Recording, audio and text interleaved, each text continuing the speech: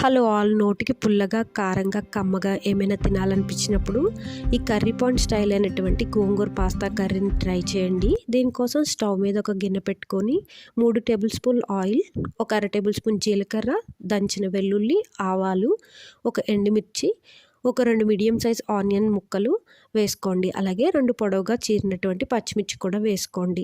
కొద్దిగా పసుపు, ఉప్పు, అర టేబుల్ స్పూన్ అల్లం వెల్లుల్లి పేస్ట్ వేసి ఆనియన్స్ బాగా మగ్గేంత వరకు కూడా ఫ్రై చేసుకొని లిడ్ పెట్టేసేయండి.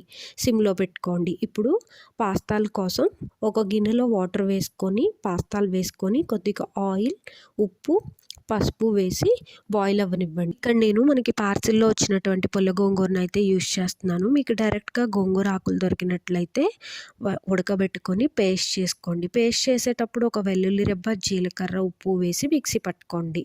ఆనియన్స్ బాగా మగ్గాక ఒక మీడియం సైజ్ టమాటో ముక్కలు కూడా వేసుకొని ఫ్రై చేసుకోవాలి. తర్వాత ఉడకబెట్టిన పాస్తాలు కూడా వేసుకోవాలి. అన్నీ బాగా ఒకసారి ఫ్రై అయ్యాక రుచికి సరిపడినంత కారం, ధనియాల పౌడర్ కూడా వేసుకొని ఇంకొక 2 నిమిషాలు బాగా ఫ్రై చేసుకోవాలి.